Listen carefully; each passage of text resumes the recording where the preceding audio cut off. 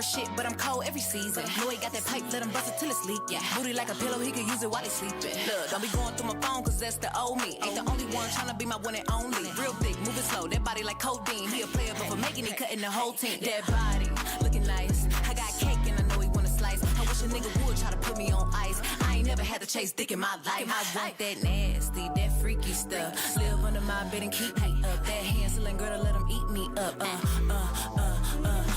Ooh, Mr. Ride of your life. Hold on, cause baby, I might just give you a bite of the sweetest pie. Ooh, baby, we can go fast.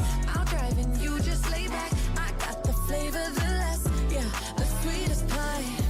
I might take you home with us. I might give you all of it. Come get your toes of the sweetest pie. Ooh, that's the ride of your life. Hold on, cause baby, I might just give you a bite of the sweetest pie.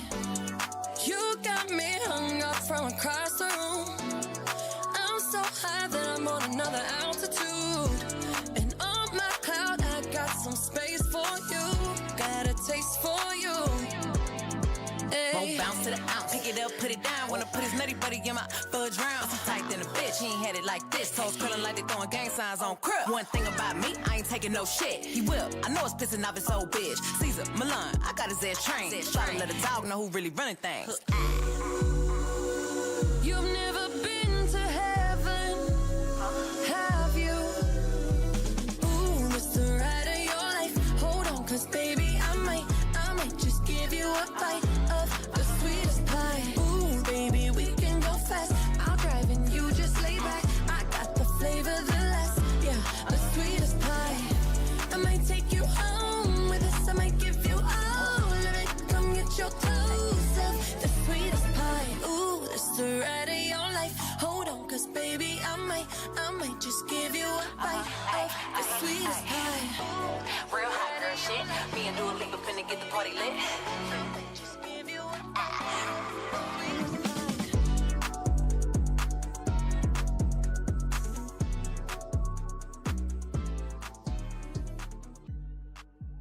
Only the best.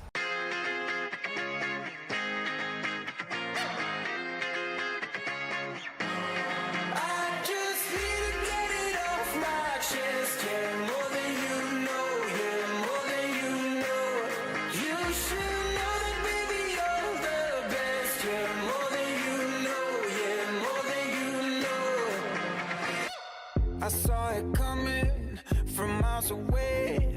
I better speak up if I got something to say. Cause it ain't over until she sings. You had your reasons, you had a few, but you know that I would go anywhere for you. Cause it ain't over until she sings.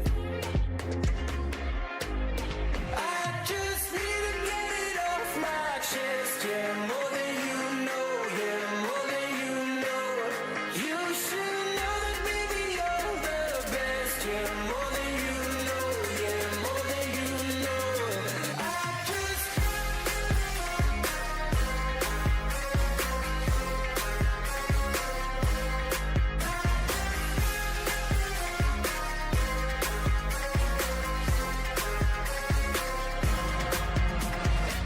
your good intentions are sweet and pure, but they can never tame a fire like yours. No, it ain't over until she sings.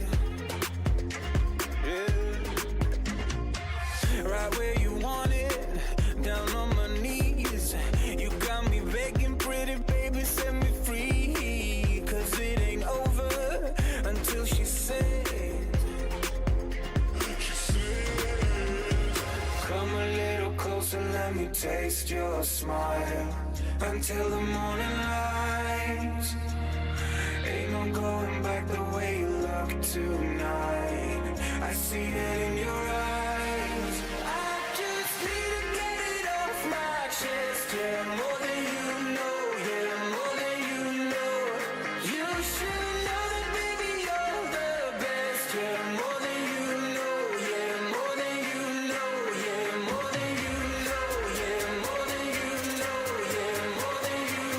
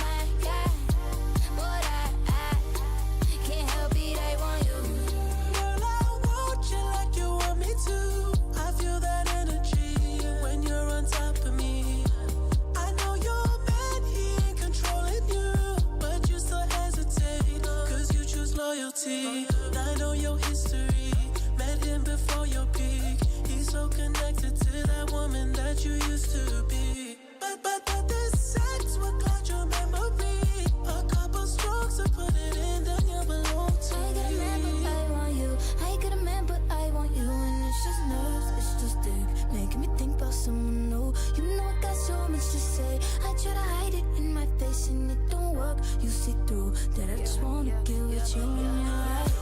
You right, got my guy, but I can't help it, I want you. Say you right, got my guy, but I can't help it, I want you.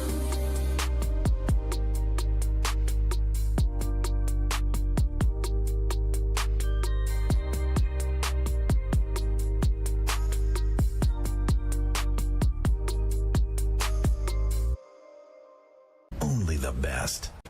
I don't got a single problem with provocative. See the bodies, how they burn, it's just the way it is. Smoky, dark, crowded room, I need nothing under pink light in June. I was so cool, but then all of a sudden you saw me look at you. I burn for you, and you don't even know my name. If you ask me to, I'd give up everything to be close to you. Pull the trigger on the gun I gave you when we met. I wanna be close to you. Break my heart and start a fire. You got me overnight. Just let me be close to you, close to you, close to you. Just let me be close to you, close to you, close to you. And how your mouth is moving, cinematic timing. You pull me in and touch my neck, and now I'm dying. You should be mine for life. I'll be signing every dotted line. Chemical override, ultraviolet. You could be mine tonight. And I burn for you, and you don't even know my name. If you ask me to, I'd give you everything to be close to you. Pull the trigger on the gun I gave you when we met. I wanna be close to you. Break my heart and start a fire. You got me overnight. Just let me be close to you, close to you, close to you.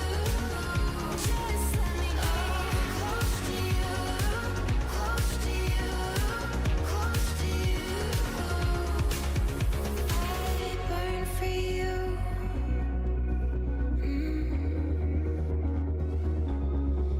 To be close to you.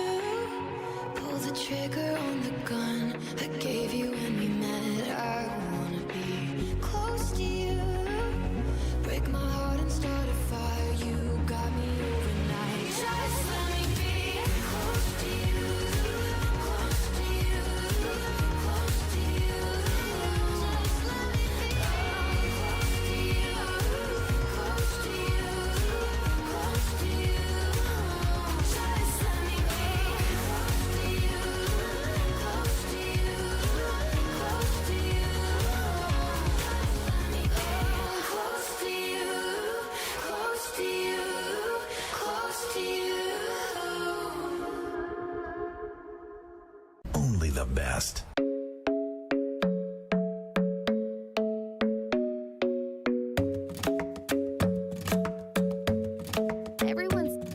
The club isn't the best place to find a lover, so the bar is where I go.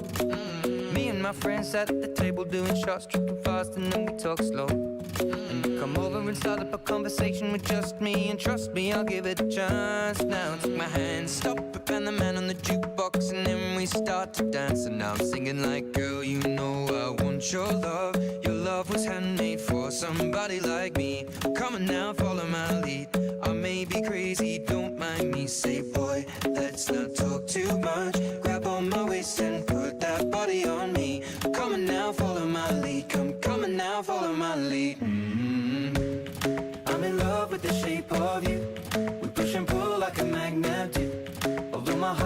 falling too.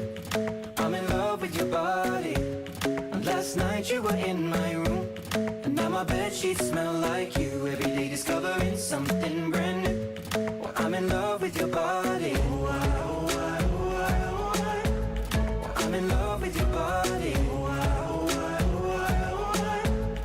I'm in love with your body. I'm in love with your body. Every day discovering something brand new. I'm in love with the shape of you. When we came, we let the story begin. We're going out on our first date. But you and me are thrifty, so go all you can eat. Fill up your bag and I fill up your plate. We talk for hours and hours about the sweet and the sour and how your family's doing okay. And leaving, getting a taxi, kissing the backseat, tell the driver make the radio play. And I'm singing like, girl, you know I want your love. Your love was handmade for somebody like me. Come on now, follow my lead. I may be crazy, don't mind me. Say, boy, let's not talk too much. Grab on my waist and put that body on me. Come on now, follow my lead. Come on now, follow my lead. I'm in love with the shape of you. We push and pull like a magnet do. Although my heart is falling too. I'm in love with your body. Last night you were in my room, and now my bedsheets smell like you. Every day discovering something brand new. Well, I'm in love with your body. I'm in love with your body. I'm in love with your body. I'm in love with your body. Every day discovering something brand new. I'm in love with the shape of you. Come on, be my baby, come on. Come on, be my baby, come on. Come on, be my baby, come on. Come on, be my baby, come on. Come on, be my baby, come on. Come on, be my baby, come on. Come on, be my baby, come on. Come on, be my baby, come on. I'm in love with the shape of you. We push and pull like a magnet do. Although my heart is falling too. I'm in love with your body. Last night you were in my room, and now my bedsheets smell like you. Every day discovering something brand new. I'm in love with your body. Come on, be my baby. Come on, come on, be I'm in love with your body. Come on, be my baby. Come on, come on, be I'm in love with your body. Come on, be my baby. Come on, be I'm in love with your body. Every day discovering something brand new. I'm in love with the shape of you. Only the best. Love me, say that you love me. Fool me, go on and fool me. I fear we're facing a problem. You love me no longer, I know, and maybe there is nothing that I can do to make you do. Mama tells me I shouldn't bother, that I ought to stick to another man, a man that surely deserves me, but I think you do.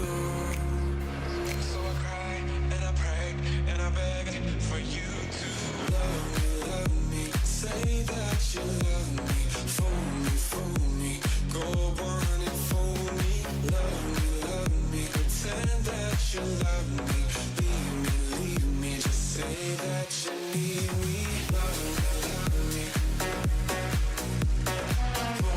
fool me,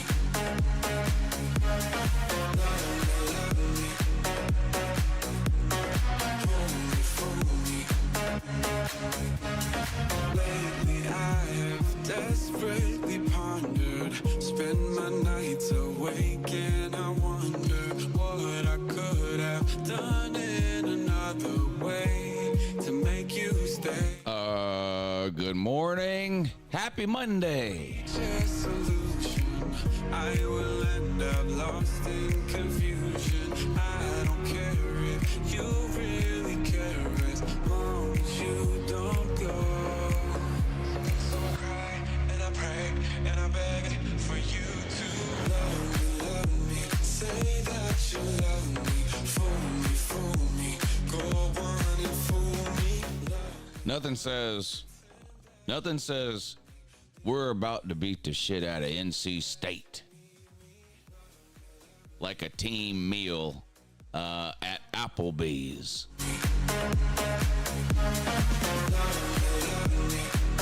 Tennessee spares no expense when it comes to their football team.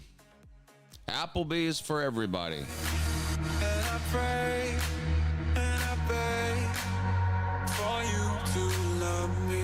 I cry and I pray and I beg for you to love me.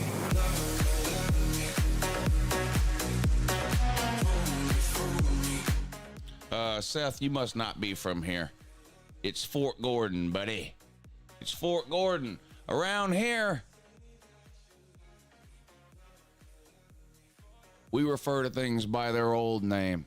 It's Clarks Hill Lake, and it's Fort Gordon, not Lake Thurman, and not Fort Eisenhower. Only the best.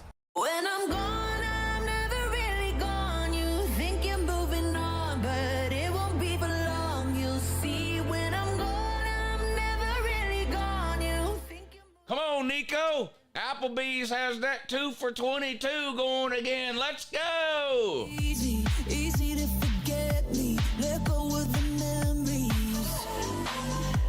Now your bed is empty. You're waking up sweating. I'm still in your wild dreams.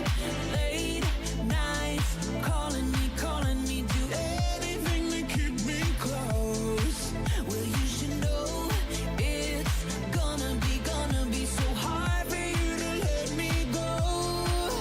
When I'm gone, I'm never really gone. You think you're moving on, but it won't be for long. You'll see when I'm gone, I'm never really gone. You think you're moving on, but no one's gonna feel like me on top of you, touch you like I do. No, you'll never forget. When I'm gone, I'm never really gone. You think you're moving on, but no one's gonna feel like you're chasing the danger. It's just in your nature. Look for me in strangers. All right, good morning. How's everybody doing? Happy Monday. Hope you had a good weekend. I did. Thanks for asking. Yeah, thanks for asking. I had a great weekend. Great college football. Anybody watch any NFL yesterday? I did not. Yesterday's a great example of why I can't watch the NFL. First of all, I slept in yesterday morning, which is extremely unusual for me. I slept till 9:30 yesterday morning. I'm usually up about 6:30 or 7 every single morning. I was wore out on Saturday. Wore out. Slept till 9:30, got up, worked on the Your Season Is Over video till about 5:30. And by the time all that was done, the NFL was over. I guess there was a game on last night, but I didn't watch it. And then there's a game on tonight, too. What the Jets and the 49ers.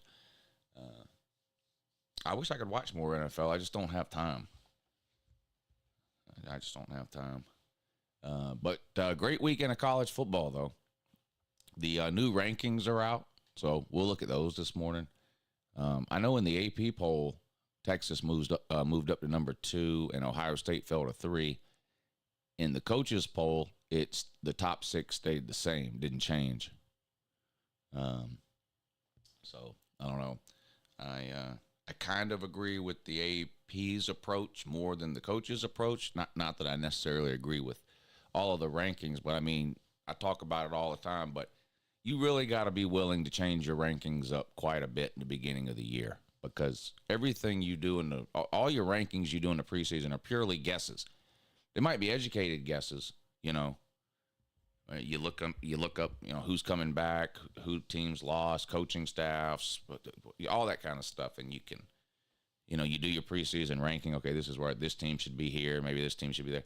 But once the games start getting played and you're able to actually see the teams, like watching the teams play is a much better indicator of how good the teams are than whatever research you did in the offseason. So particularly early in the season, you have to be willing to move your teams around quite a bit. Now, the longer the further you get into the season, then I think the less moving around you have to do on a week-to-week basis based on any one individual result or game.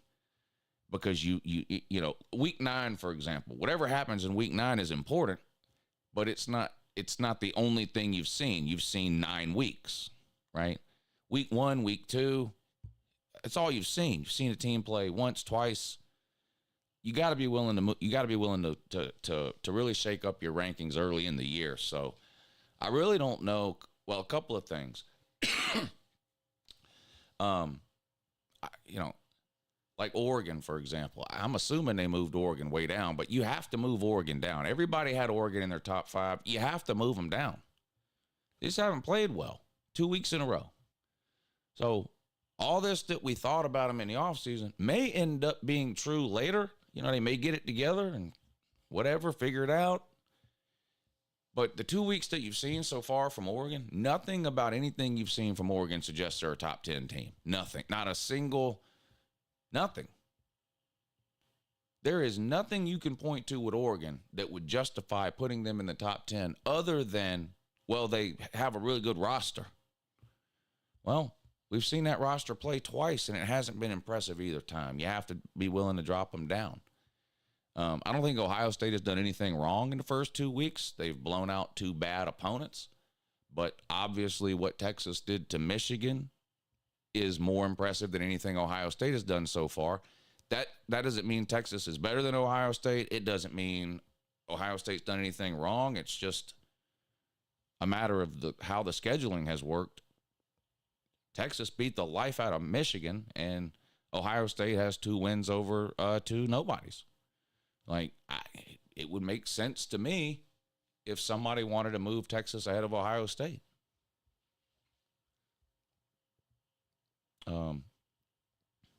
Alabama. Alabama should move down. They look bad. They look real bad. They scored 4 touchdowns in the last 4 minutes of the game. And so you got box score nerds, you know, voting in the AP or the coaches or whatever, I guess. I don't know. Alabama looked terrible. I mean, Alabama looked horrible. Let's just call it like it is. Jalen Milroe. That's the worst game Jalen Milroe's had since. That might be the worst game he's ever had. They have 2 yards rushing?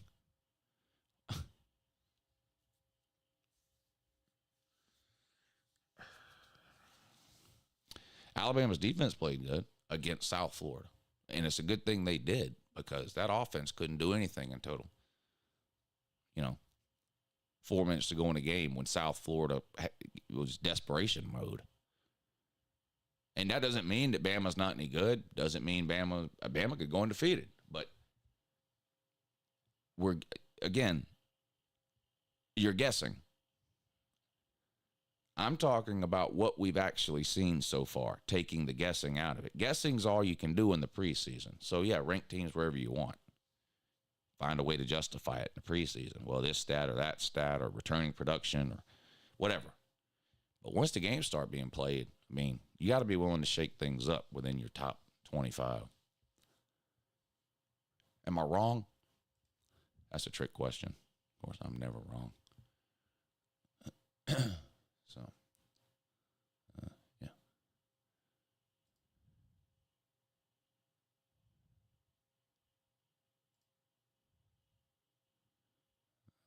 Never wrong. Let's look at this.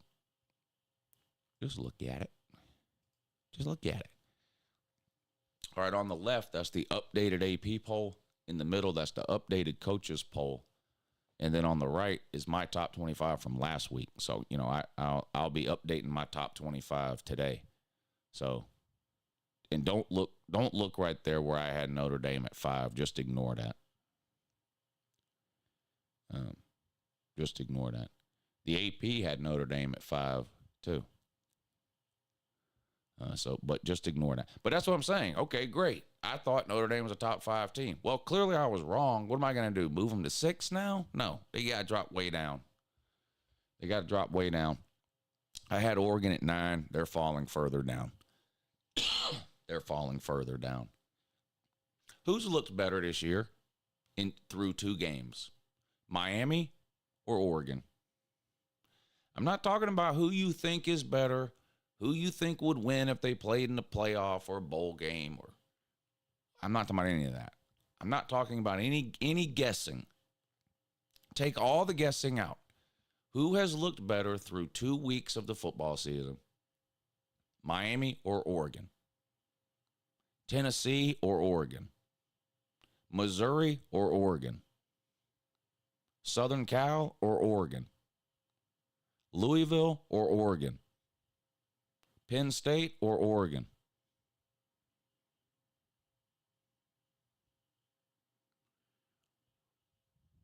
Oregon's not the correct answer to any of those questions I just asked. Just to let you know. Who's looked better? Ole Miss or Bama? Ole Miss or Bama? Who's looked better through 2 weeks?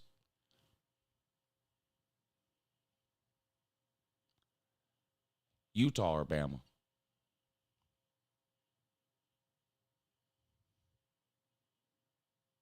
Miami or Bama? Tennessee or Bama? Missouri or Bama?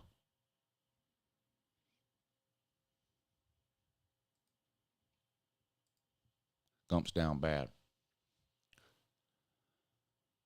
Gumps down bad.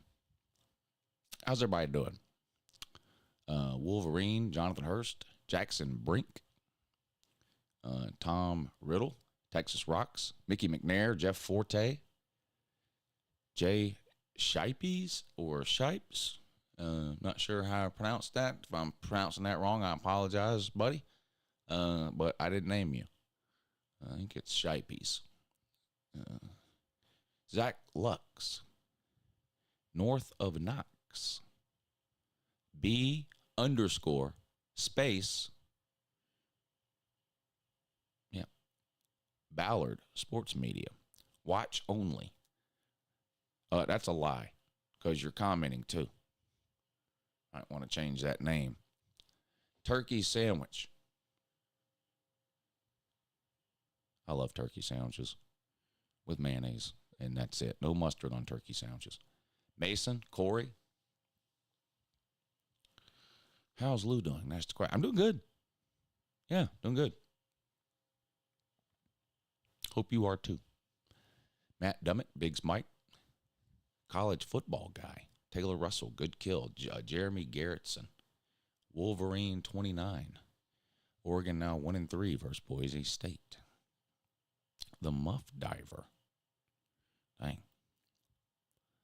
Leroy Swellbone. That sounds like a 75-year-old black jazz artist. You know? That sounds like somebody who's playing in a rundown bar just off Bourbon Street in New Orleans. Come by this Tuesday night from 7 to 8:30.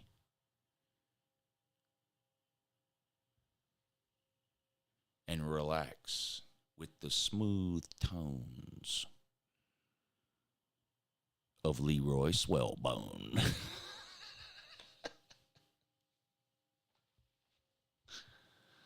You have to play some type of a horn. That I know. Or maybe the harmonica, but most likely some type of horn. If your name is Leroy Swellbone. Jedediah Hooten, Rachel S., Longhorn Garrett. Jay Shapes is also here. So we have Jay Shapes and Jay Shipes. Or is that Shapes? Don't know. Let's go Dogs. Nate the Great. Anthony Swift. JC. JD Wicks. Seminole Seth. What's up, buddy? Commander Luke. 2 weeks into my team. Season goes to hell.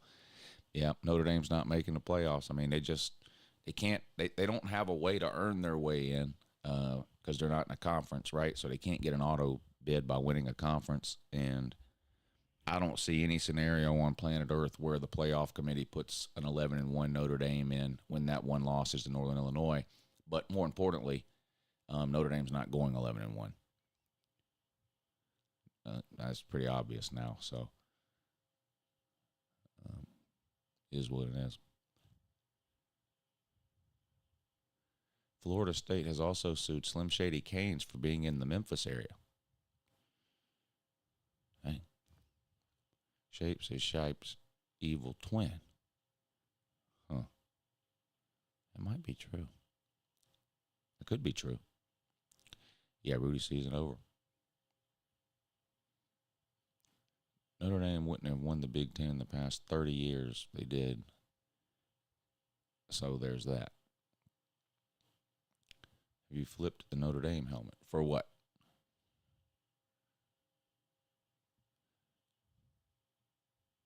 Mike, thank you for the super chat. And Seth Rutherford, thank you as well. Seth said, good morning from Fort Eisenhower, Georgia. Go Dogs. Yep, it was recently renamed Fort Eisenhower, but, we all still call it Fort Gordon around here. That's how we know. There's two ways we know here in the Augusta area if somebody is a local or if they're a transplant, right? If they refer to the lake as Lake Thurman, they're a transplant. They moved here from somewhere else. If they call it Clarks Hill, they've been here a long time. And Fort Eisenhower or Fort Gordon. If they call it Fort Eisenhower, they're pretty new here. If they call it Fort Gordon, they've been here a while. I'm local. I was born here. Seth Rutherford, thank you for the super chat. I agree. It's Fort Gordon, but hey, got to call it what it is now, unfortunately. Wasting money to rename it like Florida State wasting $2 million on the defensive line. Yeah. Mike says, Michigan losing to Texas was a shame. At least I'm not a fan of Notre Dame. Hashtag pay Lou. Oh, man. I don't understand. I tell you what, man, this gambling on sports is just a crazy ride, but there's some new people around, so I'll do it briefly. But so I split my gambling up into a weekly thing. So like I gamble Monday to Sunday, and then I consider that like my gambling week. And I'm either up or I'm down, whatever it happens to be for Monday through Sunday. And then Monday I start over. So whether I won $1,000 Monday through Sunday or whether I lost $1,000 Monday through Sunday, I reset every Monday and start over fresh. Okay, let's see if I can make some money. So in other words, instead of looking at it as I'm up today, down tomorrow, down the next day, up the day after that, down on Friday, down on Saturday, up on Saturday, I look at it on a week-to-week basis. So, and in a given week, between baseball and now college football has started, I'm probably making 40 or 50 bets a week. And last night, yesterday's the last day of the betting week, how I break it down. Last night at 7 o'clock, I was at exactly break even. 100% break even, not a penny lost, not a penny gained. And I'm the type of idiot that's unacceptable to me over the course of. I would rather lose something than to just completely break even. So I made a bet on the 7:30 baseball game last night and lost. So in my 7-day betting thing from Monday to Sunday, I ended up down one bet. I lost the baseball game. But it starts over today, and we'll get them this week. That's the first week in the last 3 weeks that I've lost for the week. And it, like I said, it wasn't much because it was just one bet down. So, and I usually bet between $25 and $50 a game. The most I'll bet is about $100 a game. I bet $100 on Tennessee -8 or whatever it was, and I bet $100 on Colorado -6.5. So I hit both of those Saturday night. I lost some other ones. But, yeah, so ended up down one bet for the week. Not the end of the world. Does Oregon remind you of last year's Washington team with how they barely win but escape with the win? No. No. No. No. No. No. No. Is Lou going to put his money where his mouth is on Georgia, Bama? Yeah, I've already got bets on the Georgia-Bama game.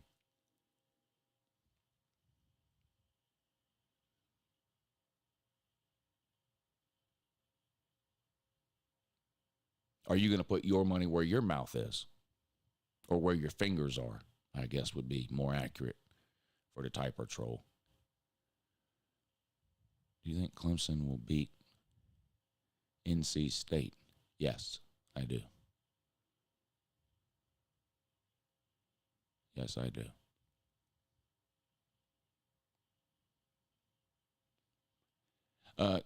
Mason, we're looking at a strong possibility here that Marcus Freeman doesn't know what he's doing. Strong possibility.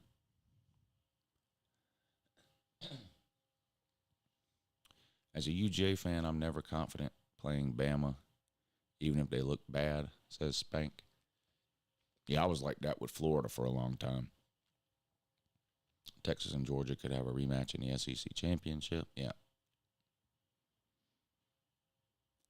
Texas, Georgia,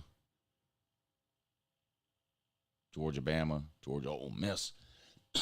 Any of those could be rematches. Texas doesn't play Bama or Ole Miss. Ole Miss doesn't play Bama or Texas. And Bama doesn't play Ole Miss or Texas. Georgia plays all three of them. So those are the top four teams in the SEC, most likely. Tennessee's getting up there too. But still, Georgia plays them too. Of the five top teams in the SEC, Georgia's one of them, and they play the other four. Three of the other four they play on the road. Ole Miss, Bama, and Texas.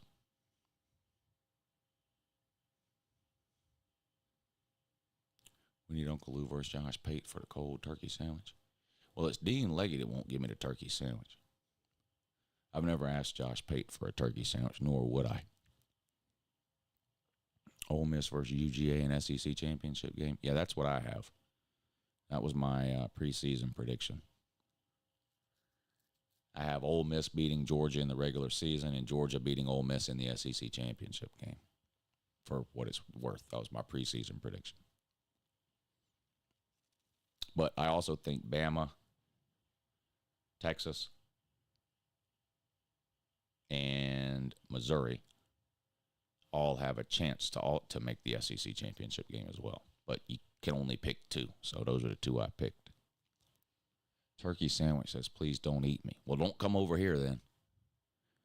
You come over here, you're getting eaten. It's that simple. It's that simple. I picked Texas to beat Georgia in Austin and Georgia winning the rematch in Atlanta. Yeah, it's going to be tough for Texas because they play Oklahoma the week before they play Georgia. So that's going to be tough for them to get up for those two games in a row. Coming off a loss to Oklahoma last year, I feel like that's a big game for Texas. And I think Georgia can catch them the next week.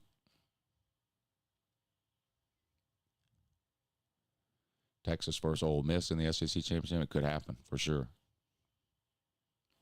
Any combination of Georgia, Texas, Bama, Ole Miss, Tennessee, it's going to be, it may be Mizzou. I don't think Missouri is as good as any of those other teams, but they've got the easiest schedule of any of those teams. So, Missouri could finish 11-1, and they don't have to play any of those teams. I think they play Bama, but that could be their only loss. They also play Oklahoma. So if you're somebody that doesn't want Missouri to spoil the party for the SEC championship game, then you need Oklahoma to beat Missouri, and you need Bama to beat Missouri because it doesn't look like anybody else they play is going to beat them.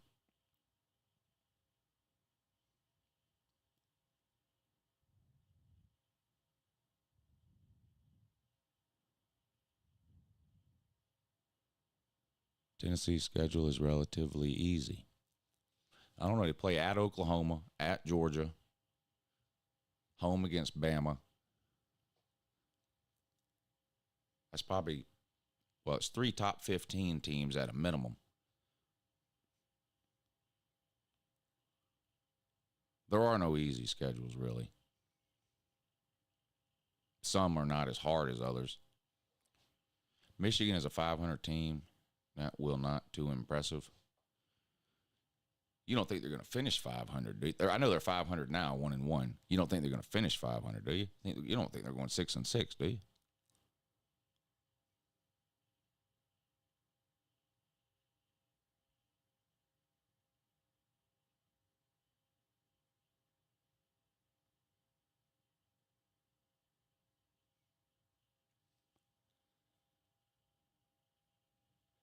Thoughts on MSU Maryland game? Michigan State in Maryland? I did not watch that game. So, I mean, I could lie to you right now and pull up the box score and talk about it just to pretend, but I'd rather just be honest with you and tell you I have not had a chance to watch that game. I do watch a lot of games, but obviously I can't watch them all, but so I don't really have any thoughts on that one. Sorry. Wish I did.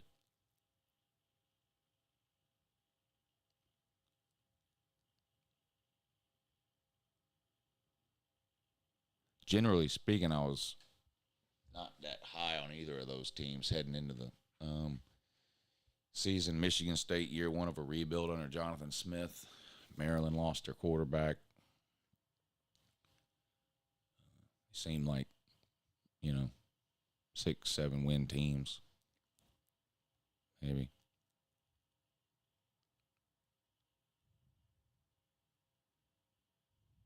LSU minus 7.5 at South Carolina. Is that this week? Let's look at the schedule of games. It's become a lot harder to keep up with the schedule of games this year because of all the new matchups we're getting. Let's look at the I got to make the Patreon poll too. Let's look at the schedule of games, and then we'll make the Patreon poll. Anything on Thursday? No. No. Got something Friday, though.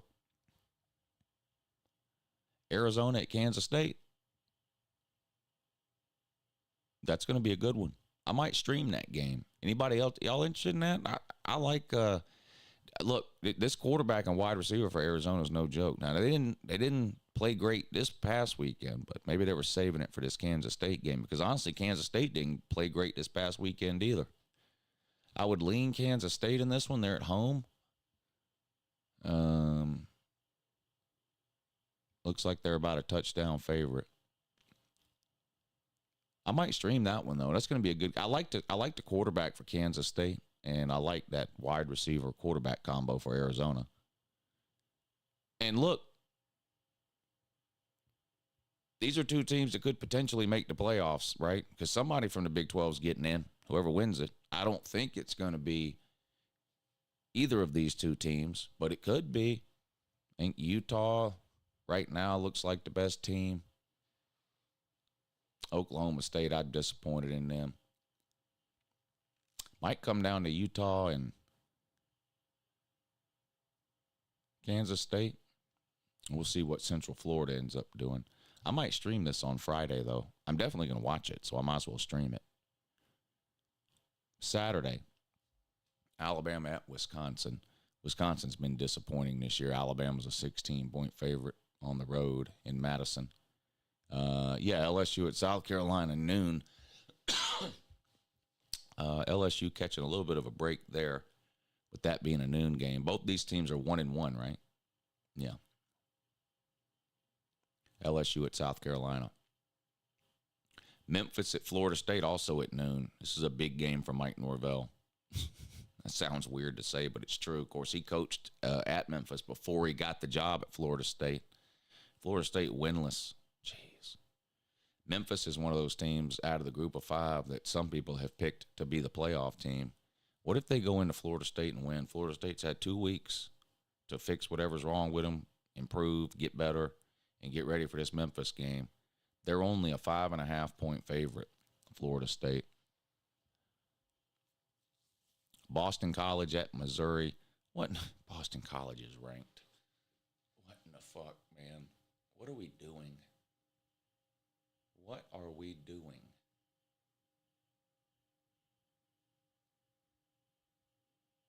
I guess somebody's got to be. I guess somebody's got to be ranked. But Boston College is ranked. Missouri is a 16.5-point favorite.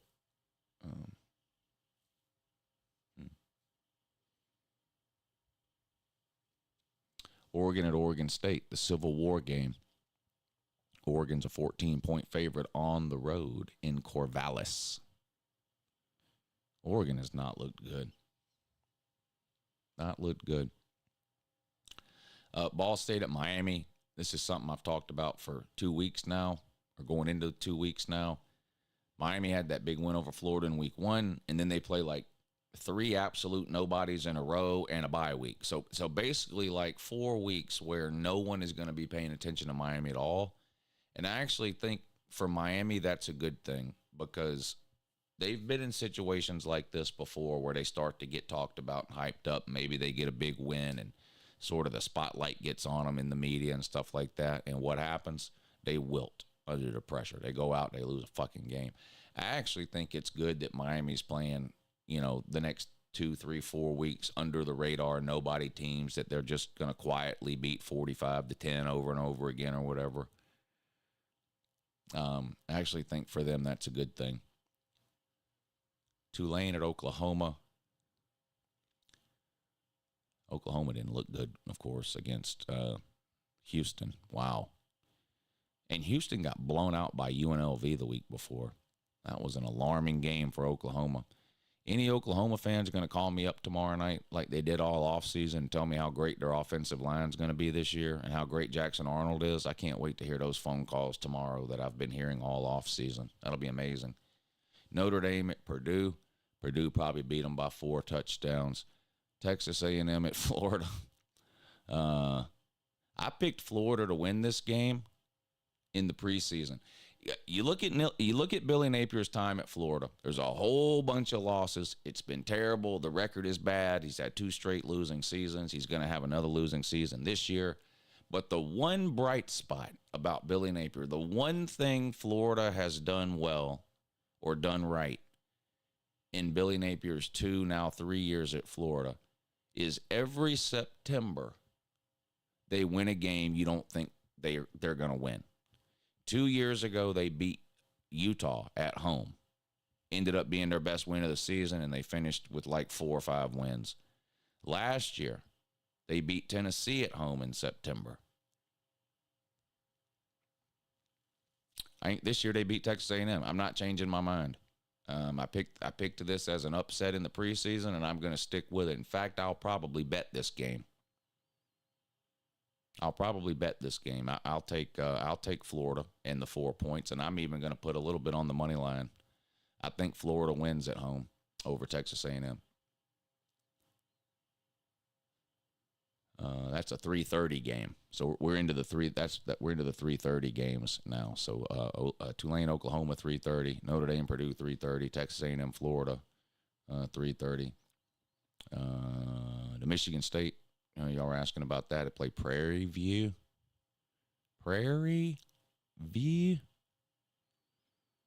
Washington State and Washington. Another old Pac-12 rivalry game that's been moved to week 3 for no particular reason at all.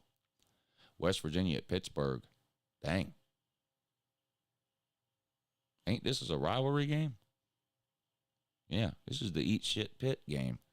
West Virginia favored by 2.5. I probably like West Virginia there.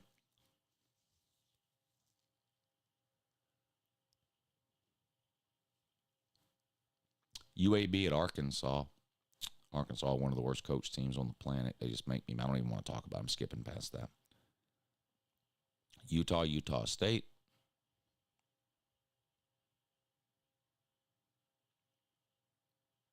I got to be honest, it's nothing great so far. I hope there's something. I hope we got something in prime time because this is not great so far. Bama and Wisconsin,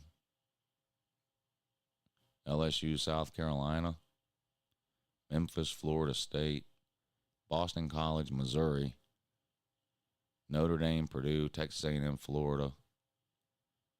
This is not great.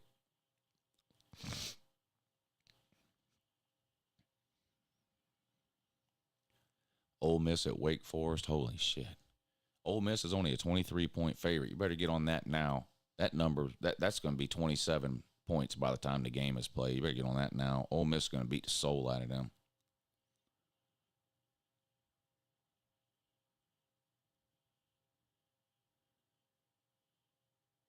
UTSA at Texas.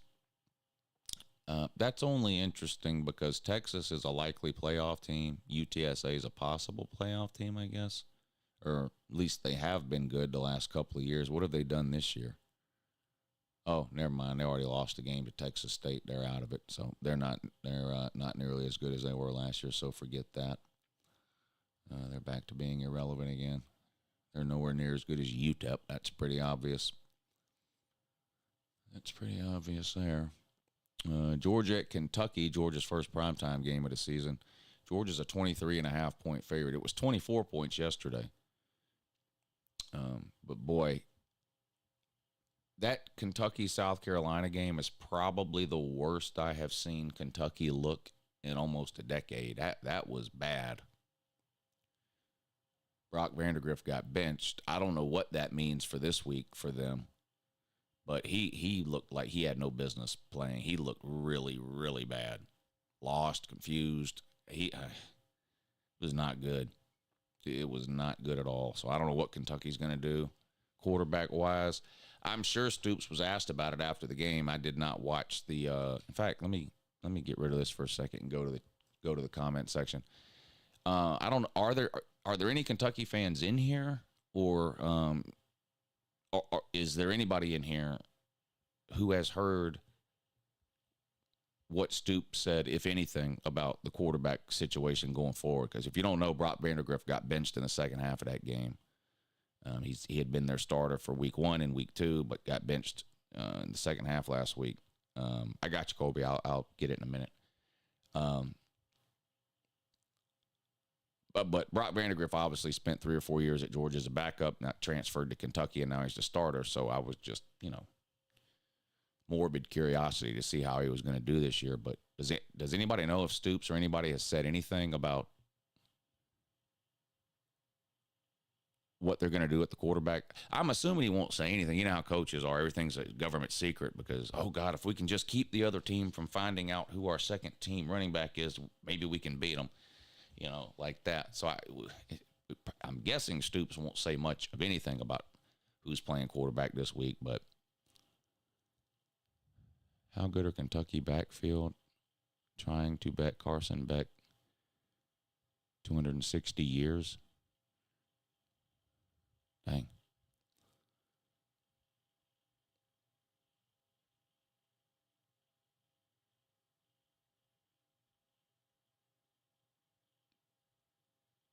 LSU -2, Bama right now.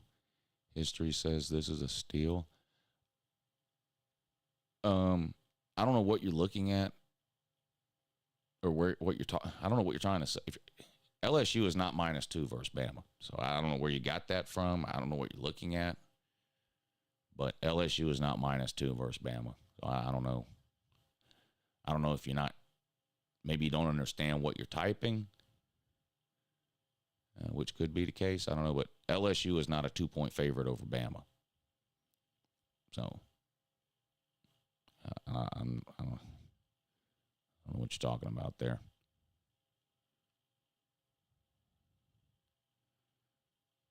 LSU -2, Bama right now.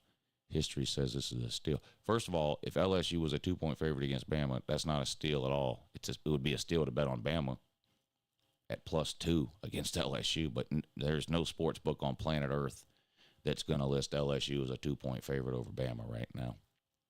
So I don't know where you got that from or what, but that's false information and fake news. That's not even alternative facts. That's just straight up fake news. Alabama, Penn State, and Oregon all look very overrated. Do you think Beck will throw? What does that say? 260 yards on Kentucky? Yes. I had Rudy at 4. I had him at 5. Don't worry. I had him at 5. So obviously they're dropping way down.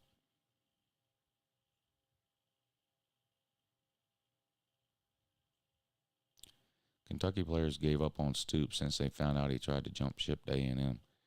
Yeah. I haven't seen Kentucky look, and this was at a home game. I haven't seen Kentucky. And look, shout out to South Carolina. It's a good win. It's an SEC win. It's a conference win. You blew them out. South Carolina's not that good. And so that's even worse for Kentucky.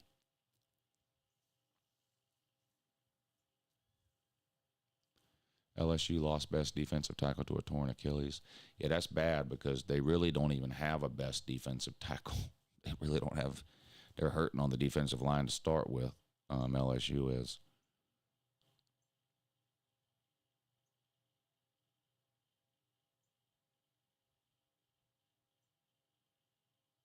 I don't care if Notre Dame wins a natty at some point until they're in a conference. They shouldn't enter the next season in the top 10, says Let's Go Dogs. I thought Kentucky did well in the portal. Well, they brought a lot of people in through the portal, but it doesn't appear to have worked.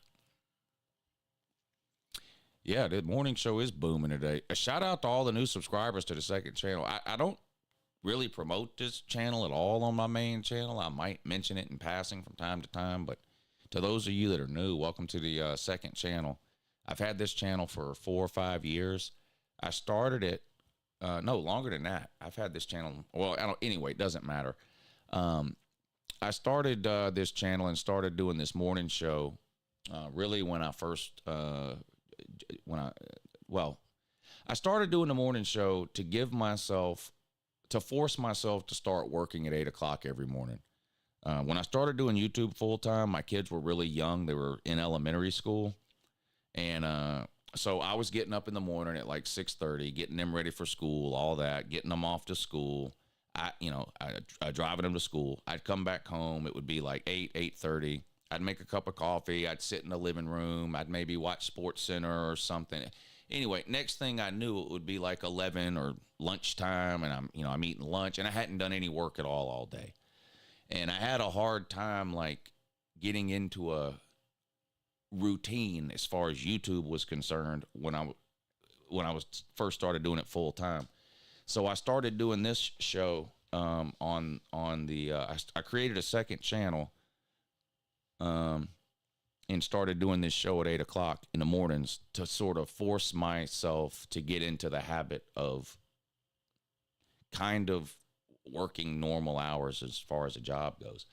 And so we've been doing it a long time. I do it Monday, Tuesday, Thursday, Friday at 8 a.m. So shout out to all the new people that are here. We got almost 2,000 new subscribers in the last 3 days. That's why I upload on here for a few days every football season, is to try to grow this second channel.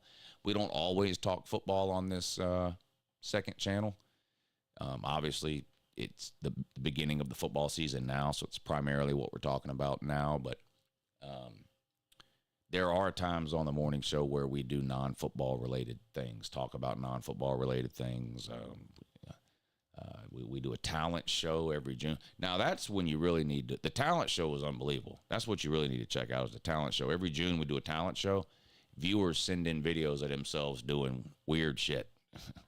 Some of them are actual talent, people singing or playing an instrument or whatever, but a lot of them are just funny. I don't know how else to describe it, but anyway, we have a really good time here on the morning show on the second channel. Glad you found the channel. Glad you tuned in today. Let's get back to the show. Sven, thank you for the super chat. He says, for the Your Season is Over video, woo, damn, you put work in on that. I'm not going to lie. There are some times where I make a video or whatever, and I go, that's not great. But, they can't all be bangers, and I uploaded anyway. That intro yesterday was one of the best intros I've ever made. That was good. It doesn't, sometimes you have an idea and you start filming it and editing it and all that, and it just doesn't quite come out the way you imagined it in your head.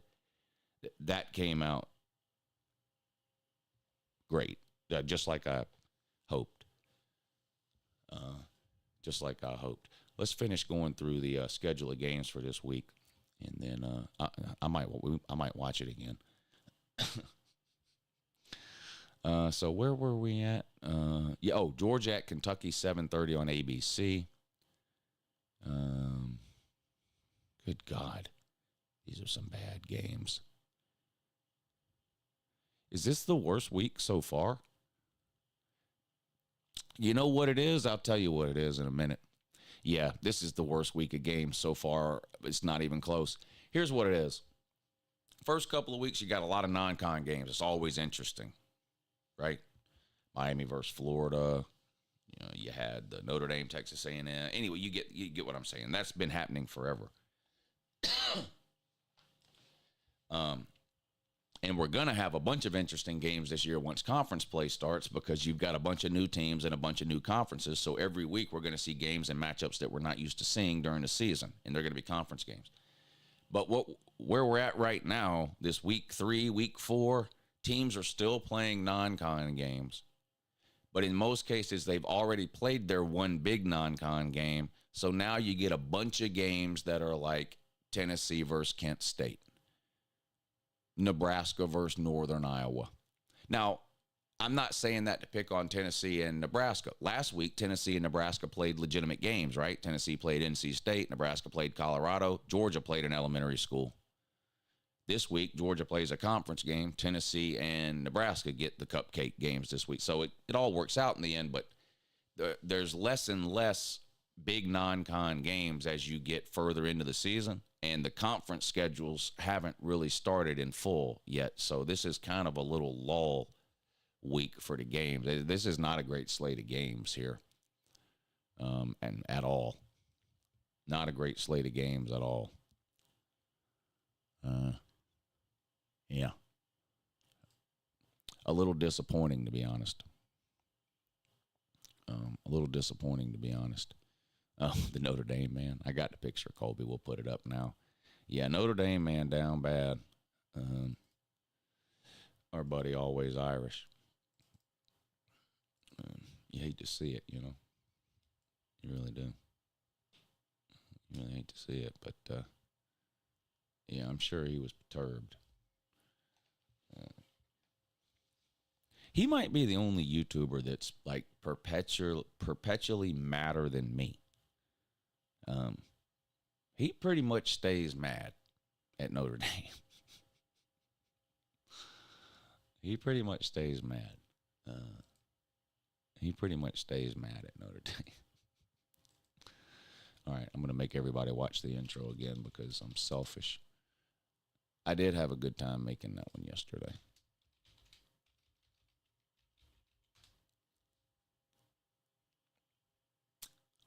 Let me see if you have. Here it is.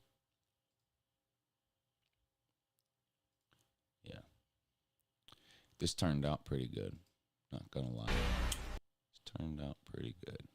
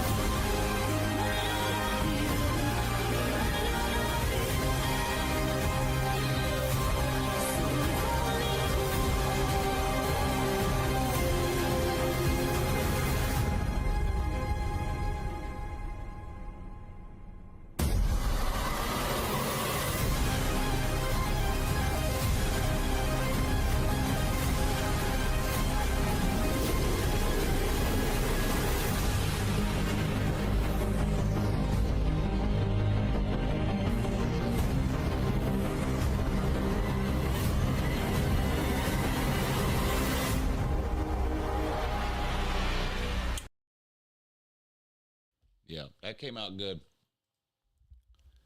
That came out good. That's an old song from the 80s. Katie Bush, is that her name? Sings that song? That's a remixed version from Stranger Things, but the song came out in the 80s. Katie Bush, I believe, is her name. Kate Bush, there you go. Yeah, it's called Running Up That Hill, I believe is the name of it, Running Up That Hill. The regular version of the song is okay. It's not great. The remixed version, like that version's way more dramatic.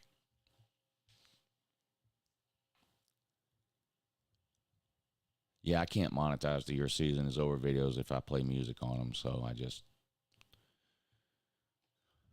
flush $1,000 down the toilet. But they're so fun to do.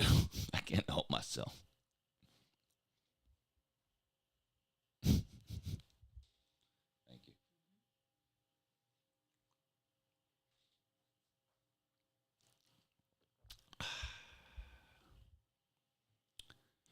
Extreme Gamer and Oni Kuno get together and run stroke eyes.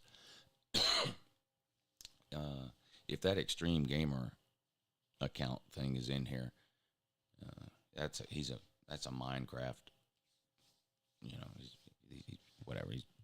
He's a young kid. He's probably homeschooled, which is why he doesn't have any social skills, and he runs a Minecraft channel. Make your own music. Yeah, that sounds easy. That sounds easy. Make your own music. I can barely clap, buddy. I don't have any musical ability.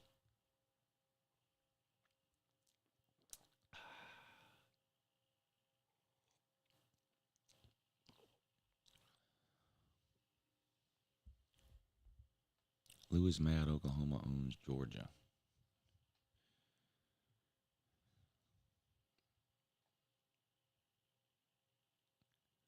Yeah, that must be it. That must be it. Apple Jacks are better than Jackson Arnold. Yeah. Oklahoma got dominated up front by Houston. I can't wait to hear from all the Oklahoma fans tomorrow night on the call-in show that have been calling me all offseason, telling me how great their offensive line is going to be.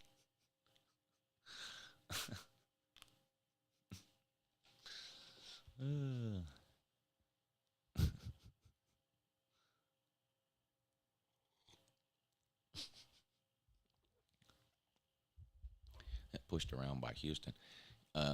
Houston lost in week 1, 34-7 to UNLV. Oh, man.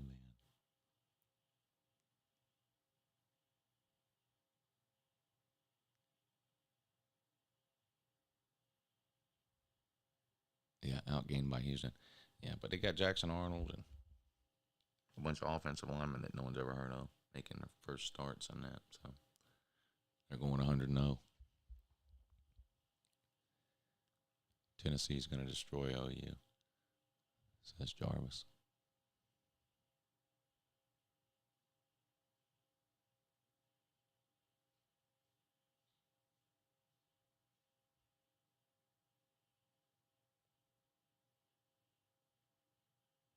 Yeah, UNLV is no joke. Right? UNLV is no joke. Thoughts on how Clemson responded this weekend and was talking to Slim Shady Canes. He said you go up to Cherokee a lot, sit up to blackjack tables. Man, I love Cherokee. No, I don't go during the season, football season, because I don't leave the house during football season. But I go 5 or 6 times a year in the off season. I was just there first week of August, so about a month ago. But that was my last trip there for this year. I'll probably go back in February, be my next trip. I'm going to Vegas the last week of January. So I'll probably do Cherokee in February. But stick around, because there's a big group of us on here, Andrew. Do you know Pigskin Pete? I know Huffer Billy Paul's in the comment section now. But Sir UGA, if you know that name from the comment section. Anyway, there's a group of 7 or 8 of us, and we take multiple trips up there a year. Sometimes I go by myself. Sometimes 3 or 4 of us go, whatever. But if you just stay tuned, because we always talk about it on these morning shows. But yeah, and blackjack's my game too. I love blackjack. I spend 90% of my time playing blackjack in the casino. I love blackjack.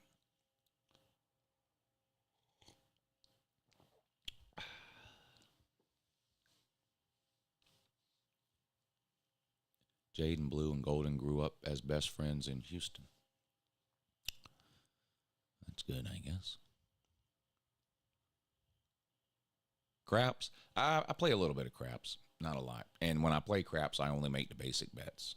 You know, I bet the pass line and then the odds on the pass line. And then, depending on what the point is, I might bet a couple of numbers.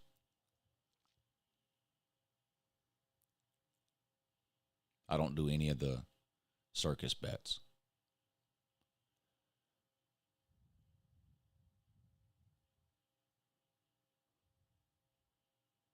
Make sure you split tens if you play blackjack with Lou. Yeah, don't do that unless you want to get yelled at. I don't have any.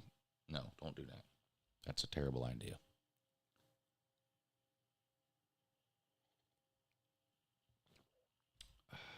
Texas Hold'em is my fallback game. Well, but you're talking about the carnival game, Texas Hold'em. You're talking about ultimate Texas Hold'em. You're not talking about real Texas Hold'em.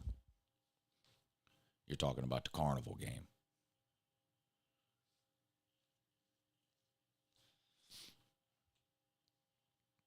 Do you think UJ will go undefeated? No, I don't think anybody in the SEC is going undefeated.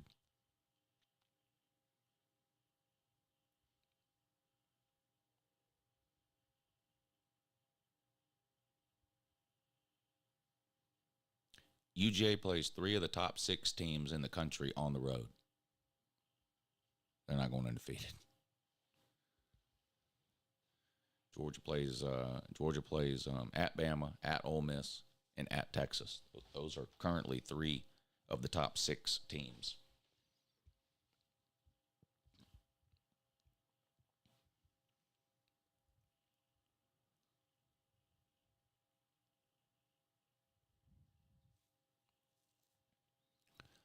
Oh, yeah. Well, you know Pete then. Okay, good.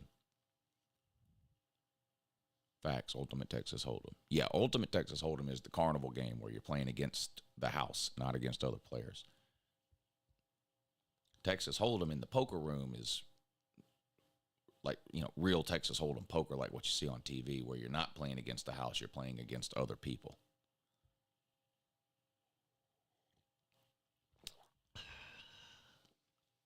Tough schedule for the Dogs.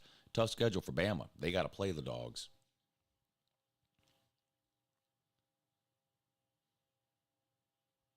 Six of the top 7, I believe, are in the SEC right now. 6 of the top 7, I believe. Is that right? Ohio State, the only team in the top 7 non-SEC. Is that right? Let's pull it back up. There you go.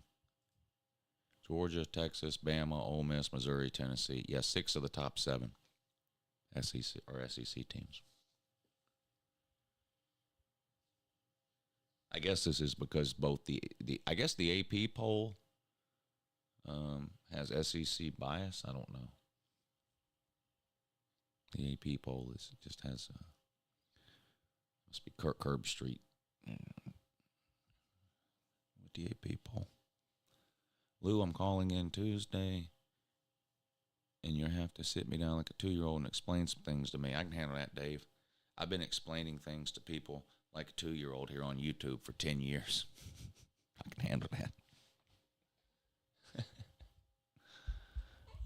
I can handle that. But back to your question about Clemson, though.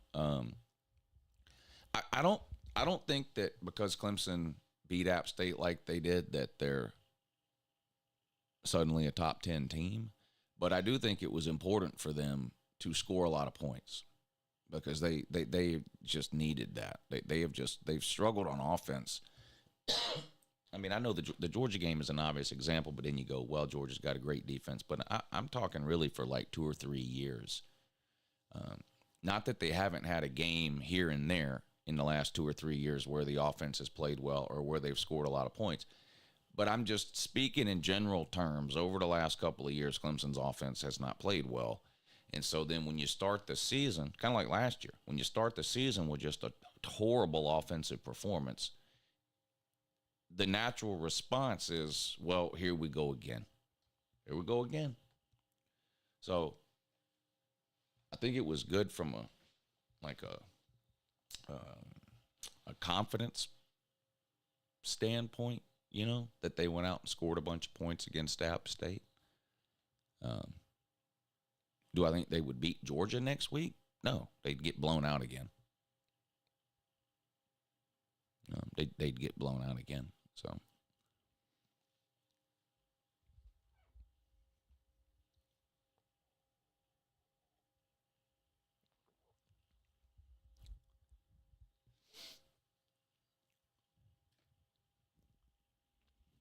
I saw Kennesaw State play Tennessee Tech back in 2017. I watched about 15 minutes of that game. I watched the first 10 minutes, and then I watched about 5 minutes of the fourth quarter just to see all the walk-ons and freshmen, but I didn't watch much of the Georgia game. I don't know. They're not really Josh Pate predict. It's really just me imitating Josh Pate. It's not really a prediction, but yeah. But yeah. Will Purdue beat Notre Dame? I mean, my gut tells me no, that Purdue will not beat Notre Dame. But then my brain goes, well, didn't you just watch Notre Dame lose to Northern Illinois? So, yeah, that's true. I won't bet it, I'll tell you that. I won't bet on that game.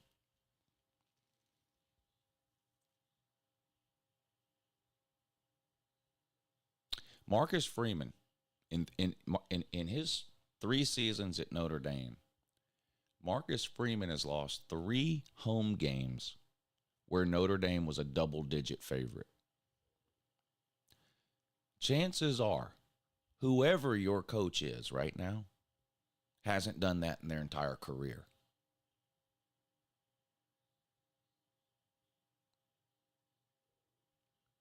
He's lost 3 home games in 3 years as a double-digit favorite. Whoever your coach is has probably never lost 3 home games as double-digit favorites. I mean, that is unreal.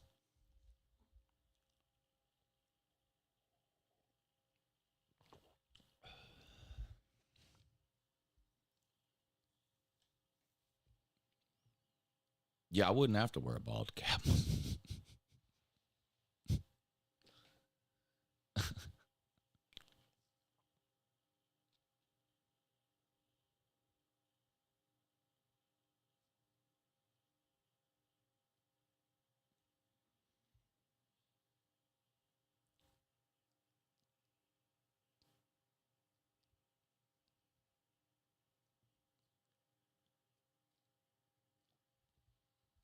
They need to join a conference. I mean, it's that simple. They need to join a conference.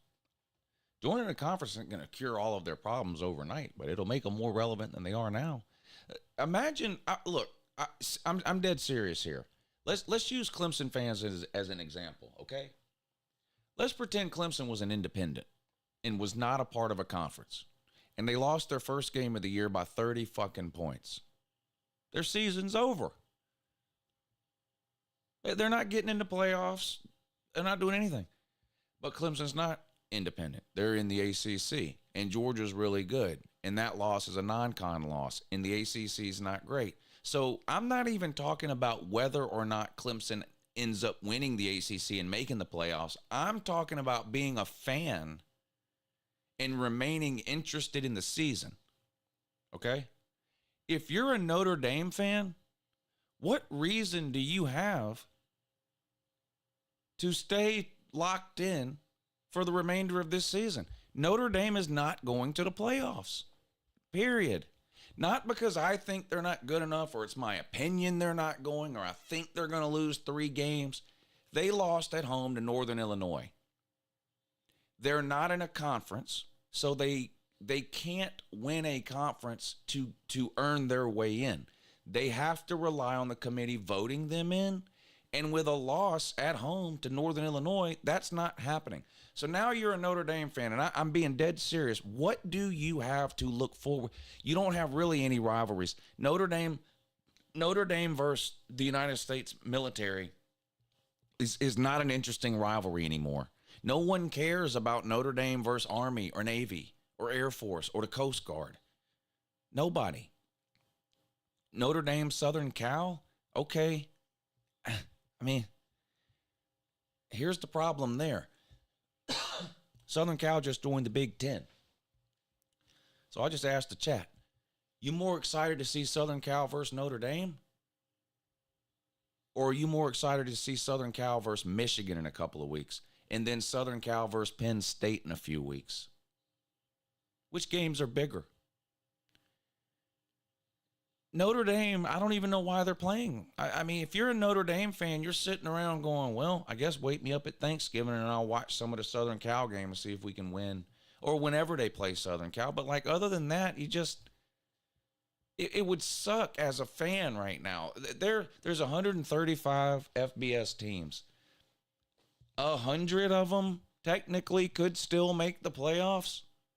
But not Notre Dame. And it's just this, like, I don't know, as a fan, that just would suck. So, I mean, I'm kind of surprised there aren't more Notre Dame fans that are out front and vocal about their wanting Notre Dame to join a conference. I mean, it as a fan, it seems like the way college, you can disagree with college football all you want. I don't like playoff expansion. I don't like automatic bids. I don't like conference realignment. That's fine. You can disagree with all of that. But I'm just talking about living in the reality that we're in right now as a Notre Dame fan.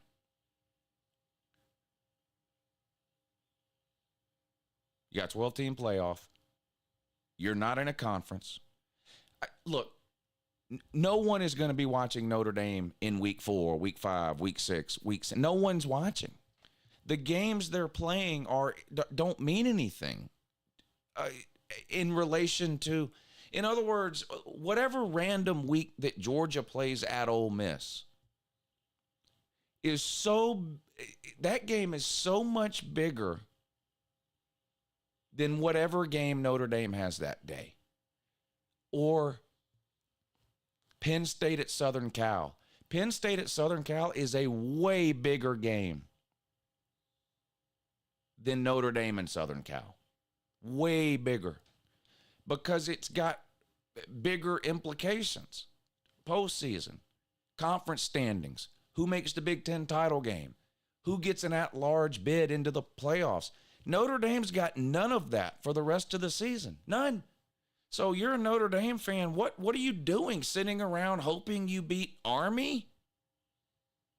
Or whatever service academy? I mean, it's as a Notre Dame fan, I would be irate. They're irrelevant. Nobody watches Notre Dame. I mean, they just don't. Old people do. That's it.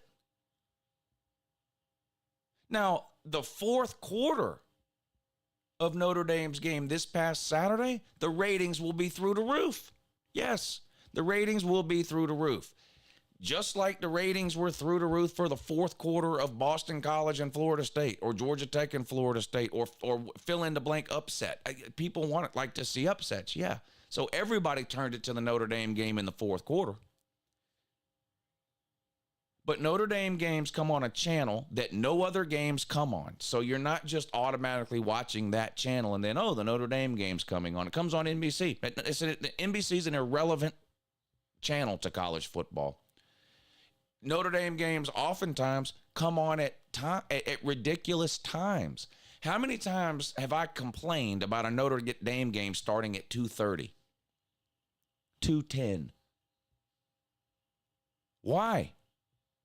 College games start at noon or 12:30. People are watching them. You think they're going to turn a game off at halftime or start of the third quarter because Notre Dame is playing Navy at 2:15? No.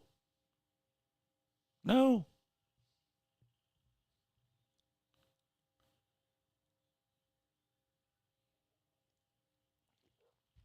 And then don't they play like 6 neutral site games? What are they doing? Whatever. Whatever.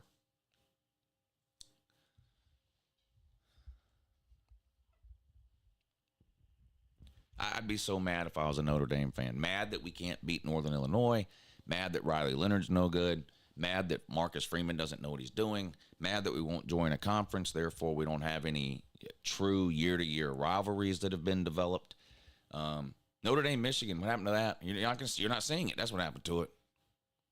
You're not seeing it anymore. That's what happened to it. Mad that we lost to Northern Illinois in week 2, which means we're not making the postseason now. Mad that we haven't won a major postseason game since 1992. Mad that we haven't won a national title in 36 years. All of those things would just drive me up the fucking wall if I was a Notre Dame fan. But the Notre Dame fan doesn't care in general. You wonder if they want Brian Kelly back? They'll never admit it, but Brian Kelly could coach circles around Marcus Freeman. Brian Kelly's such a better coach than Marcus Freeman, it can't even be quantified. I can't reiterate that. I'm serious.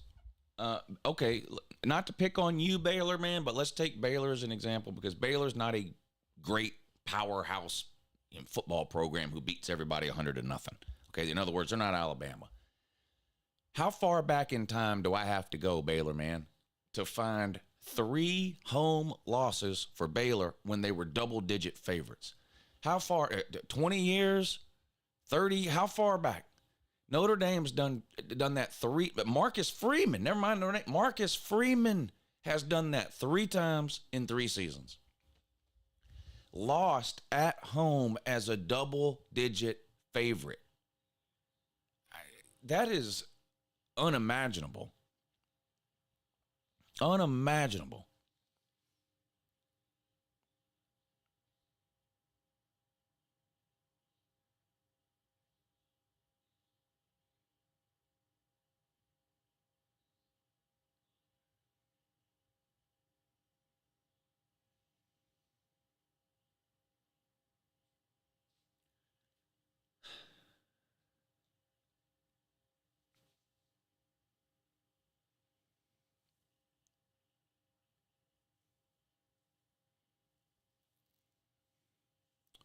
Which headache is worse, Sunbelt Billy or Marcus Freeman?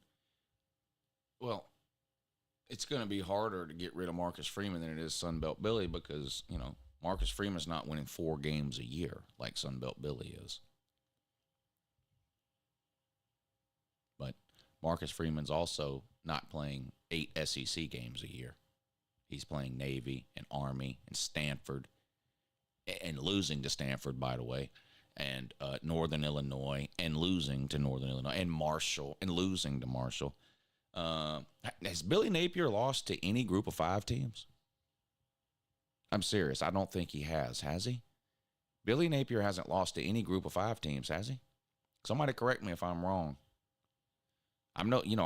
Billy Napier's not any good. He's a terrible coach. I agree. But has he lost to any group of 5 teams? I don't think he has.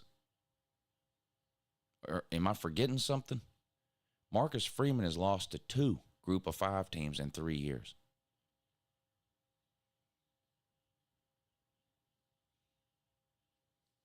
So, come on now. You know what I mean? Come on, man. Come on, man.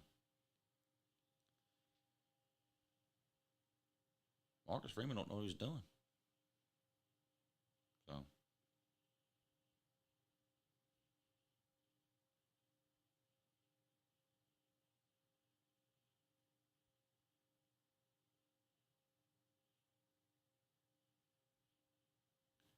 Nebraska might be back.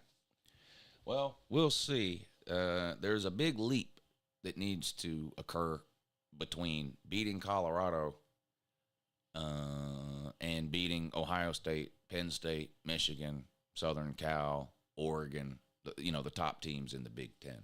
But they're better. They're definitely better now than they have been. They'll make a bowl game this year, 100% for sure. They're probably going to be 7-0 when they play Ohio State. I mean, just look at their schedule. Colorado, as sad as it sounds, Colorado was probably their toughest game out of their first 7. And they beat them. So Nebraska's probably going to be 7-0 when they play Ohio State. Is that a home game for Nebraska? Holy shit. If that's a home game for Nebraska, now Ohio State's going to beat them. In fact, I think Ohio State's going to beat them bad. But the hype around that game, just because it's been so long since Nebraska has mattered at any level at all, if Nebraska is 7-0 and it's a home game, the hype around that is going to be unimaginable. And then Nebraska is going to get blown out.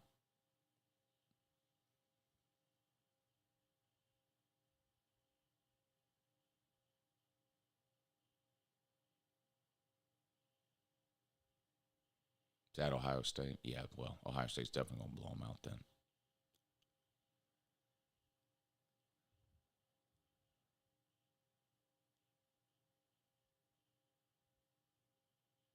Nebraska will definitely blow them out. All right, let me make the Patreon poll. Those of you who are members of the Patreon page, I'm making the poll for this week right now. Let's see. If you don't know what I'm talking about or you don't know how it works or whatever, we do a poll over on Patreon every Monday and Tuesday.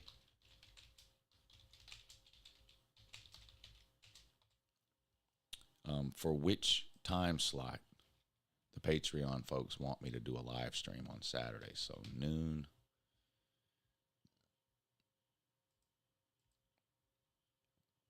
afternoon, or prime time. So basically the 12 o'clock games, the 3:30 games, or the 7:30 games, we do a poll. Everybody on Patreon votes whether, do you want me to stream at noon? Do you want me to stream afternoon? Or do you want me to stream prime time? They all vote. And whichever time slot gets the most amount of votes, that's the live stream I do on Saturday on Patreon. Now, like this past Saturday, there will be a lot of Saturdays where I do a second time slot, and that will be the YouTube stream. But it might not happen every week. In fact, this Saturday might be a week where it doesn't happen, where I don't do 2 live streams, just because there's not a lot of great games this weekend. So the only live stream I do this weekend might be the Patreon live stream. But anyway, I'm setting the poll up now.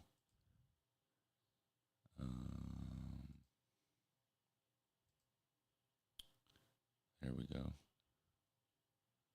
What is it? What? No.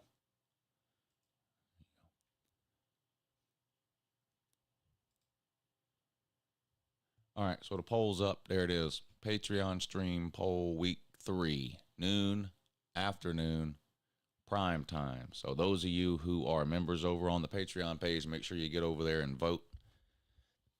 We'll tally up the votes tomorrow night right before the call-in show and figure out what the live stream will be for Saturday. If you don't know what I'm talking about as far as the Patreon page goes, there is a link in the description of this video that'll take you to the Patreon page, and you can have yourself a look around. We have a really good time over there. Will you stream here or your other channel? Next weekend streams, I'm only staying on this channel for another day or two. I'll probably stay on this channel through tomorrow night's call-in show. I do this 1 week a year. I do this one week a year. It costs me a lot of money. It's not a good decision financially because a lot of people don't watch. I don't get nearly the views once I move over to this channel. But I'm sacrificing some short-term gain in hopes of some long-term gain in terms of growing the second channel.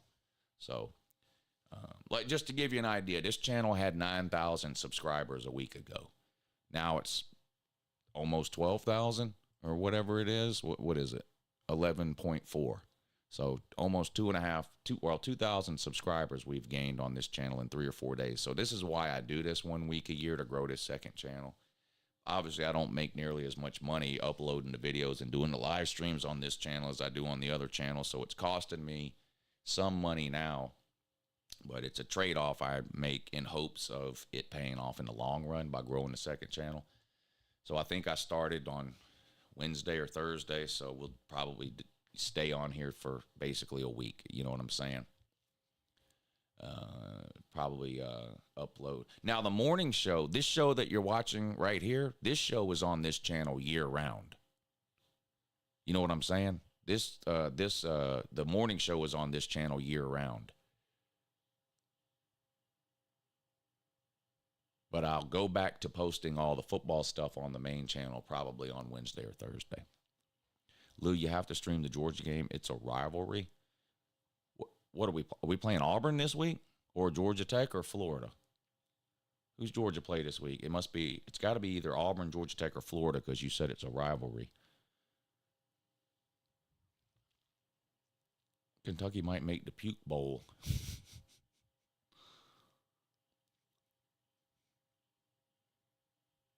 Georgia's playing the Neckbeards? No, that can't be true. The Neckbeards are Kentucky, and Kentucky's not a rival. And Georgia's not, the guy said Georgia's playing a rivalry this week. I thought South Carolina was a rivalry. For Georgia, no. Georgia's got 3 rivals. Georgia's got 3 rivals. Auburn, Florida, Georgia Tech.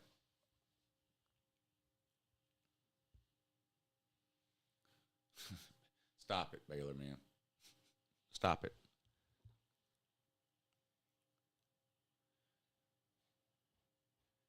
Well, I don't hate South Carolina, but they're my least favorite team. If Georgia was going to go 1-11, I would want that one win to be against South Carolina. Yeah. But it's not. But Georgia South Carolina is not a rivalry game. I feel that way because I live on the border of South Carolina, and I know a lot of South Carolina fans and grew up with a lot of South Carolina fans. But the Georgia South Carolina is not a rivalry game.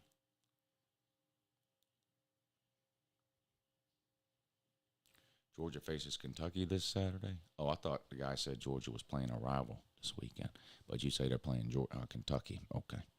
Well, Georgia's going to win by 4 touchdowns. So.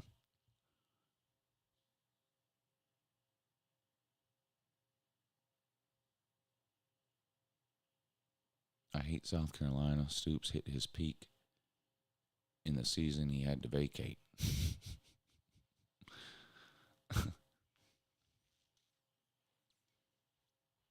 Yeah, we know you ain't going nowhere, Mike. You're a real one. I would say I can see Texas at 1. Michigan is a better team, I think, than Clemson. I don't know. That would be a good game, Clemson and Michigan. Both teams have pretty good defenses. Both teams struggle offensively. That would be a pretty good game. I don't know who's better between those two. Disappointed in Stoops only giving Brock 10 throws. Horrible scheme, in my opinion. Well, yeah, they gave him 10 throws, and he was 3 for 10.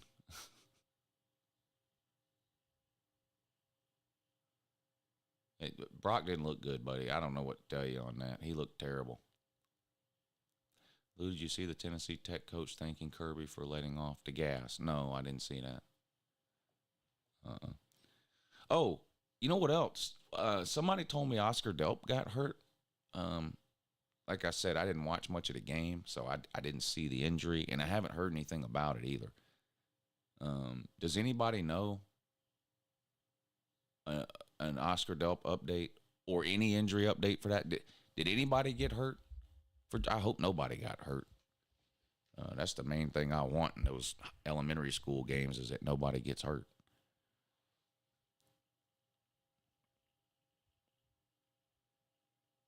All right, Charles, appreciate you hanging out this morning, buddy.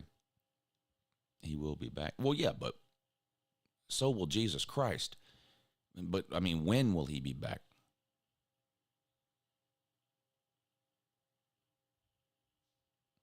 Well, he never returning doesn't mean anything really, because if you get a hangnail against Tennessee Tech, they're not going to put you back in the game because it's fucking Tennessee Tech. So I guess what I'm hearing from the chat is that nobody knows anything and no one's heard anything. So, okay, I'll just look it up on my own this afternoon.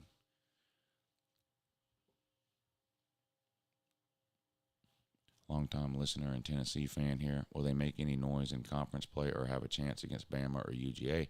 I think they've got a chance against Bama and UGA. I think they got a better chance against Bama because I think UGA is the better of the two teams, and they get Bama at home and UGA on the road.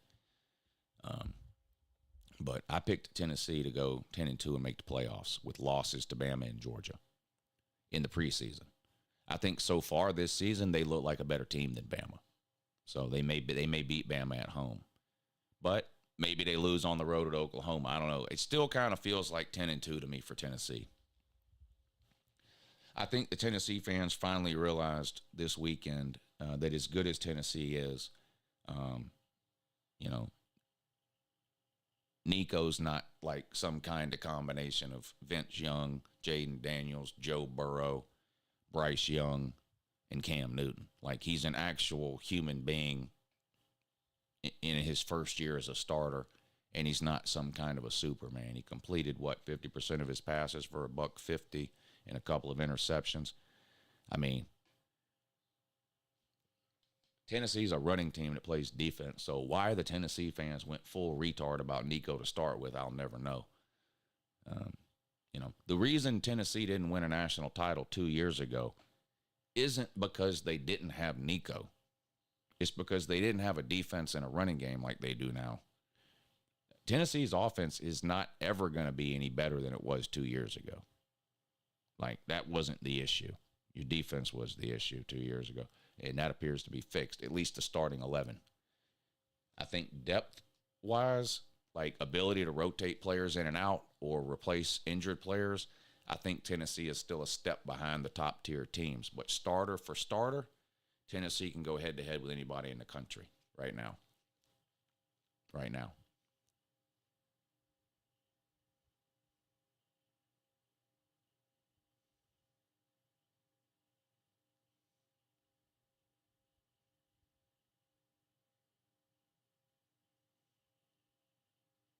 Clemson fans wanting a rematch with Georgia in the playoffs are just stupid. I could understand if you lost by 3 or 7 or even 10 or maybe even 14. Maybe it's a 7-point game and Georgia scores late to win by 14.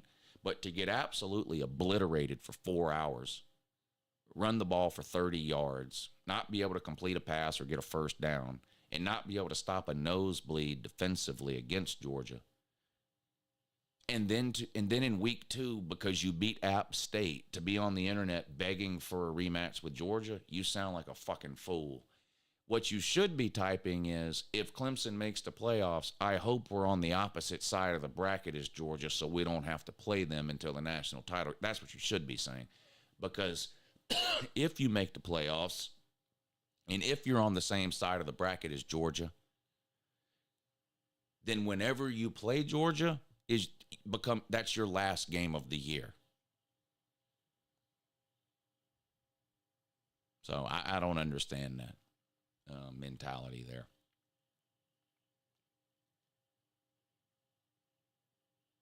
So, but good luck, buddy. Good luck, buddy.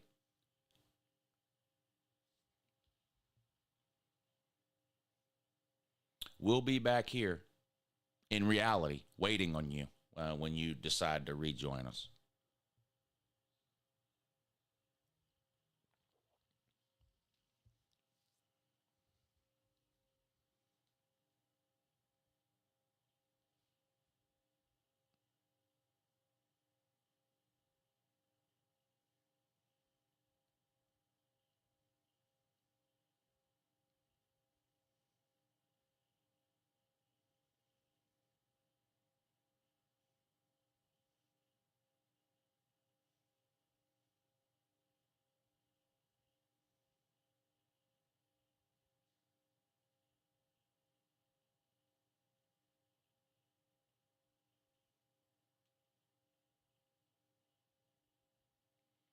Sorry, I was responding to a text message about one of my kids.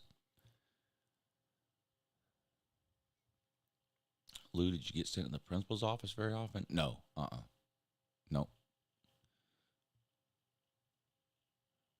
all the teachers and like administrative staff and lunchroom workers and janitors and all that always liked me. I wasn't like a class clown, but I mean, y'all know how I am. I was a lot like that in high school too, kind of, you know, sarcastic, but not like in a rude way, not like to the teachers or the coaches or anything like that. No, they all liked me. I didn't really misbehave in school. I was a pretty good student. I made pretty good grades. You know, not all A. I made all A's and B's, not all A's. I made A's and B's. I was a good student. I didn't cause no problems. I didn't get in fights. I didn't do none of that. I played sports year round.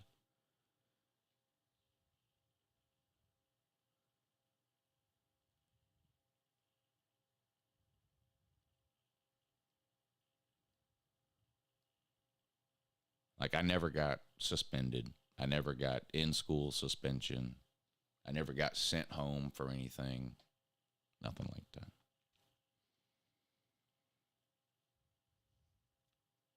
Who has Texas played? Well, they played Michigan.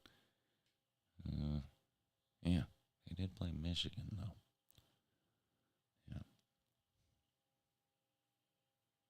I loved high school. I loved high school.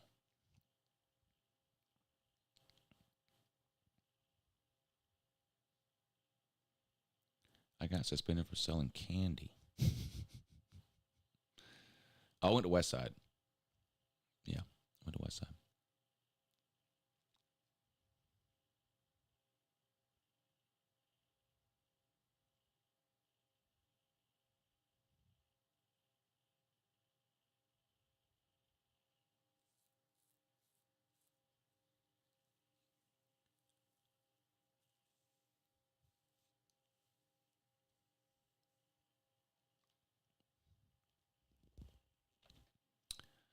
Go Knowles. Good morning, buddy. Good to see you in here. That's pretty cool. My high school has played West Side a lot over the years. What school is that? Have SEC fans realized it's illegal to do the horns down? Yeah, it's not illegal to do the horns down. You're going to find that out here pretty soon. You're going to find that out pretty soon. I promise. Hey, what's up, Ken? Hey, Jesse, what's going on, buddy? My dad called me in class, was like, you're not going to believe this. So I told my teacher, and I got out of detention.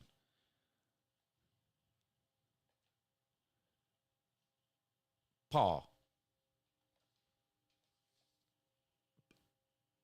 listen to me. You were not in the band and on the football team, buddy. Just stop. You weren't playing football, and then at halftime, instead of sitting in the locker room, you put a silly fucking hat on and toted your trumpet out to the 50-yard line. No, you didn't. That's a lie. Stop lying. So, unfortunately, I can't believe anything that you typed there because that one thing is an obvious lie. So, stop it. Just stop. You know.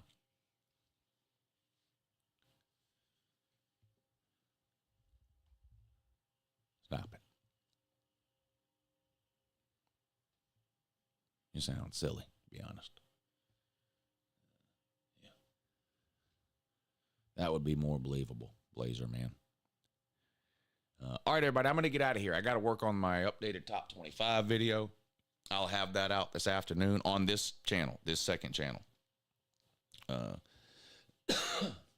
So make sure you check that out.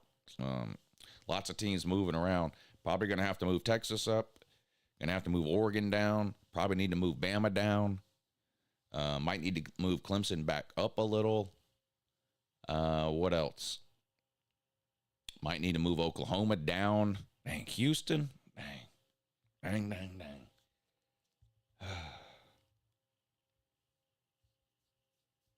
Terrible.